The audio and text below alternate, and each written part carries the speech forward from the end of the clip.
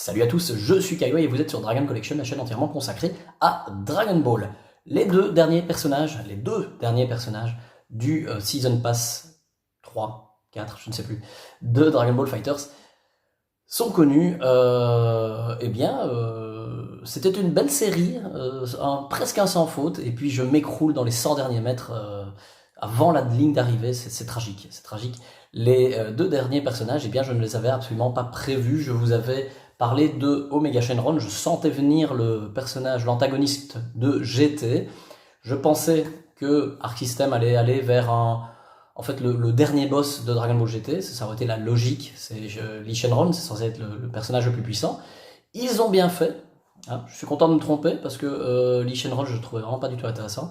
Ils sont allés vers un personnage qui est un petit peu plus apprécié. Je pense que de manière globale, c'est Babi qui est vraiment l'antagoniste représentatif, le plus représentatif de la série.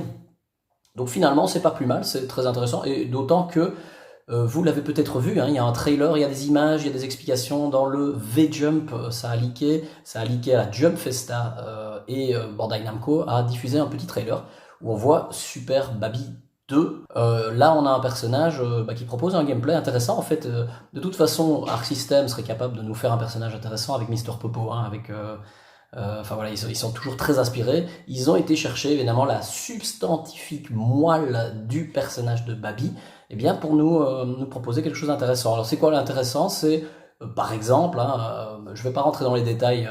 Là, je fais une vidéo réaction pour vous donner directement mon avis sur les personnages. C'est principalement des personnages qui viennent en assist, même s'ils sont morts, comme le personnage de Babi, hein, qui fait revenir, qui possède ses ennemis dans la série Dragon Ball GT. Eh bien, le personnage va permettre d'utiliser des personnages morts, de les faire revenir en tant qu'assist. Voilà, ça sera un peu sa spécificité. On voit quelques coups, je passe les détails, mais évidemment, principalement, il se transforme en Golden Ozaru, carrément, pour rouer son adversaire de coups. Ça, c'est évidemment très intéressant. Je pense pas qu'ils auraient réussi à faire un personnage aussi varié qui aurait eu autant de personnalité avec Omega Shenron. Omega Shenron a des spécificités. Il y a d'ailleurs un Globeku, je crois, un YouTuber de Dragon Ball Fighters américain, en tout cas anglophone, avait émis une idée pour Omega Shenron, pour le gameplay du personnage, que le personnage collectionnerait les Dragon Ball. Au fur et à mesure que Omega Shenron absorbait une Dragon Ball avec un combo, eh bien elle venait se greffer sur son torse et il devenait de plus en plus puissant. Comme Gohan, Ultimate Gohan, qui devient aussi plus puissant. Voilà, ça aurait été une bonne idée, hein, franchement, mais ça ne fait pas tout le gameplay d'un personnage, ça ne suffit pas. Mais je pense que potentiellement, au niveau du gameplay, et c'est un des aspects les plus importants dans la création d'un personnage de Dragon Ball Fighters, eh bien, pour cet aspect, je pense que Babi était le meilleur choix. Donc voilà, c'est pour ça que je suis très bon joueur, je sentais venir le personnage de GT, je me suis trompé sur son identité, et c'est pas plus mal, je pense que le personnage sera plus intéressant à jouer.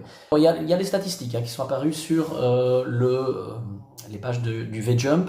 Les statistiques du personnage, il est overall, donc il est bon dans tout, je crois qu'il a S dans tout, sauf dans la vitesse, où il est en A, donc ce serait plutôt un personnage lent. Hein. Il va se déplacer peut-être plus lentement que la moyenne. C'est pas un Yamcha, ou un Gotenks, mais voilà, il sera puissant, il sera bon dans tout. Voilà, tout simplement, à distance, au corps à corps, au niveau des boules d'énergie, etc. Il va avoir pas mal de choses. On l'a vu dans le gameplay, ça a l'air varié. Et puis ça va être spectaculaire. Alors peut-être une dramatique finish avec Goku GT, hein, ça se paraît très logique. On va pouvoir profiter peut-être du modèle 3D de Goku Super Saiyan 4. Et ce serait intéressant. Avant de vous parler du deuxième personnage, car on connaît l'identité du dernier personnage, et c'est une surprise, eh bien je vais vous parler du Dragon Ball Games Battle Hour, qui est un événement online qui aura lieu, ça vient d'être annoncé, hein, vous avez peut-être raté l'info, qui aura lieu le 7 mars, donc dans 3 mois. Et ce sera un événement Bandai Namco qui se penchera sur les jeux de Dragon Ball, les licences de jeux Dragon Ball. Donc on le sait, ça parlera de Dragon Ball Legends, ça parlera de Dragon Ball Fighters, ça parlera des jeux de cartes, Dragon Ball Super Card Games. Bizarrement, j'ai l'impression de faire Julien Chiez quand je fais ça. Bizarrement, est-ce une coïncidence? Je ne sais pas. Bizarrement, Xenoverse n'est pas cité. Alors bon, je vais pas épiloguer, on va pas s'inventer des histoires, mais quand même, comme je vous le disais dans une précédente vidéo, je pense il est de bon ton d'imaginer qu'on va avoir une annonce d'un prochain jeu Dragon Ball, c'est mathématique, je vous le disais l'autre fois, et ce serait typiquement le genre d'événement où on ne parlerait plus de Xenoverse 2, mais on nous annoncerait une nouvelle licence, Xenoverse 3, remake de Budokai, j'en sais rien. Je vous invite à aller voir la vidéo où j'imagine ce que pourrait être le prochain jeu Dragon Ball. Mais ici, en tout cas, ce serait une très bonne occasion. Alors déjà une très bonne occasion de nous parler de toutes les licences actuelles des jeux Dragon Ball, de nous donner plus d'informations sur le prochain personnage de Dragon Ball FighterZ. À ce moment-là, il sera proche de sa sortie, à mon avis. Faut compter le deuxième personnage, à mon avis, fin mars peut-être. Voilà, ce serait la logique. C'est tous les 2-3 mois, ça dépend un petit peu. De la suite des événements pour Dragon Ball FighterZ. Qu'est-ce qui va se passer? Est-ce qu'on va nous sortir un jeu Super Dragon Ball FighterZ avec tous les DLC en un et puis on va le mettre en vente, en boîte? Ce serait logique, hein. C'est souvent comme ça. Vous voyez la série des Street Fighter, hein, Street Fighter, il y en a toujours 10 000 avec 3 nouveaux personnages en plus à chaque fois. Ça pourrait être la même chose. Ou alors, un nouveau DLC, un nouveau Season Pass, pardon, ou alors, je sais rien, une suite. Bon, voyons ce qui va nous arriver, mais en tout cas, suivons à l'œil, c'est le prochain rendez-vous, c'est le 7 mars, c'est le Dragon Ball Games, je ne sais plus comment ça s'appelle, je vous ai mis tout à l'écran, et on va parler maintenant du deuxième personnage annoncé, Gogeta Super Saiyajin 4. Alors là, franchement, par contre, mea culpa les gars, je ne m'y attendais pas du tout. Je l'aurais jamais cité, jamais de la vie, et il y a des raisons, et j'ai pas vu beaucoup de réactions à ce niveau-là, mais je vais peut-être quand même vous orienter sur quelque chose. Pourquoi est-ce que ça m'étonne? Pas vraiment parce que le personnage il a de l'aura, il y a beaucoup de personnes qui veulent voir un Super Saiyajin 4, il y a beaucoup de gens qui adorent Dragon Ball GT, et il n'y a aucun problème à voir ce personnage en soi.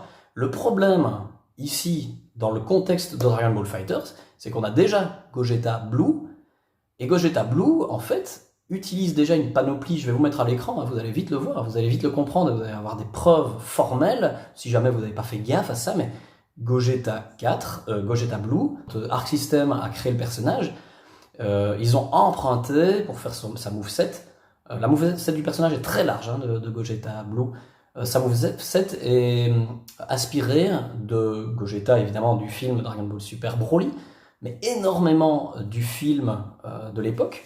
Vous avez vraiment le Sao Punisher, vous avez vraiment beaucoup de coups qui viennent de ce personnage. Et évidemment, ils ont emprunté à Gogeta de GT, donc Gogeta Super Saiyajin 4. Donc en gros, ils ont déjà pompé tout ce qui pouvait exister de Gogeta dans les produits officiels, et ils en ont fait un gameplay très large, un panel de coups très large pour le personnage. C'est un problème c'est pas un problème quand on ne fait qu'un personnage, c'est un problème quand on en fait deux. On n'a pas eu le problème avec les Goku, par exemple. Si, il y a énormément de coups pour Vegeta et Goku qui se retrouvent dans les versions de Goku, pardon, dans les versions de Goku et Vegeta. Il y a beaucoup de coups qui se retrouvent. Mais de manière globale, les dramatic finish, etc. sont différentes, parce que ces personnages sont connus, on les a vus à l'écran pendant 30-40 ans, donc du coup il y a une variété de coups suffisante que pour faire plusieurs versions de déclinaison de ces personnages, sans réutiliser tout le temps les mêmes coups. C'est pour ça qu'on a autant de Goku et de Vegeta, et que ça pose finalement de problèmes qu'à ceux qui ne jouent pas ce jeu, ça vous le savez. Pour Gogeta, c'est différent, ils ont déjà tout pompé pour une version du personnage, et là ils nous en annoncent une deuxième. Alors c'est problématique, et je me pose vraiment une question. Est-ce que on va avoir un deuxième Gogeta qui va être quasiment identique? Qu'est-ce qu'ils peuvent ajouter? On a tout. Je connais pas les coups par cœur, hein. Il y a le Soul Punisher, il y a toutes ces attaques de Dragon Ball Super Broly, et puis alors dans GT, il fait son espèce de Kamehameha, Big Bang Kamehameha, je sais plus exactement, je les confonds un peu, je suis pas grand fan de GT, je suis pas grand fan de la version Super Saiyajin 4 du personnage, ça n'a aucune importance. Tout ce que je veux dire, c'est que tout est déjà là. Je vois pas bien ce qu'ils pourraient rajouter. Il y a peut-être un ou deux coups qu'ils ont oubliés, qui n'est pas dans la version de Gogeta Blue, mais et donc je me pose la question, légitimement, soit ils font deux personnages identiques au niveau des coups, et quel est l'intérêt? Et alors tu vas pouvoir mettre Gogeta Blue et Gogeta 4 avec le même gameplay, les mêmes dramatic finish. Je suis pas sûr. Ou alors, c'est un piège. c'est un piège, un vrai piège. Il nous hype avec, parce que bon, c'est hypant, hein, Gogeta 4. Il nous hype avec Gogeta 4, qui serait en fait simplement une skin. Je parle bien d'une skin, hein, de Gogeta Blue. Tu appuies sur un bouton comme pour Videl. Tu vois, Videl, elle a les cheveux courts, ou bien elle a les cheveux avec les. Et là, c'est Nat. Et alors, tu choisis, et tu as le même gameplay, mais tu choisis 2 skins du personnage différent. Pourquoi pas, finalement? Soit ils font ça, et alors, du coup, eh ben, ce serait pas un 4e personnage, en fait. Un 5e personnage, ce serait. Il nous offrirait une skin, si vous voulez, avec le même gameplay. Et puis, en fait, boum, la 5e case, le 5e personnage, en fait, serait toujours disponible. On aurait encore un 5e personnage, en fait. Ce serait pas un vrai 5e personnage. Ça, il nous l'annoncerait après. Évidemment, je vais un peu loin, mais je n'imagine pas qu'il fasse un nouveau personnage, un nouveau Gogeta. Enfin, je vois pas ce qu'il pourrait faire. Donc j'imagine que ce serait une skin, et puis boum, il y aurait encore un personnage qui serait annoncé. Alors j'en sais rien, hein. Mister Satan, Majin Vegeta, Bojack, Dabla, Super Boo, ça c'est pas le problème. Il y a encore énormément de personnages qui peuvent être intégrés. Mais voilà, pourquoi pas, hein. Ça serait un beau coup de marketing. Moi, je les imagine faire un petit coup marketing comme ça. Nos amis de Arc System qui viennent quand même de fêter les 6 millions de jeux vendus. Enfin, c'est extrême, hein. C'est vraiment impressionnant. Donc, je pense que ça a été rentabilisé. La dernière chose que j'ai envie de dire, c'est quand même, putain, où sont les stages?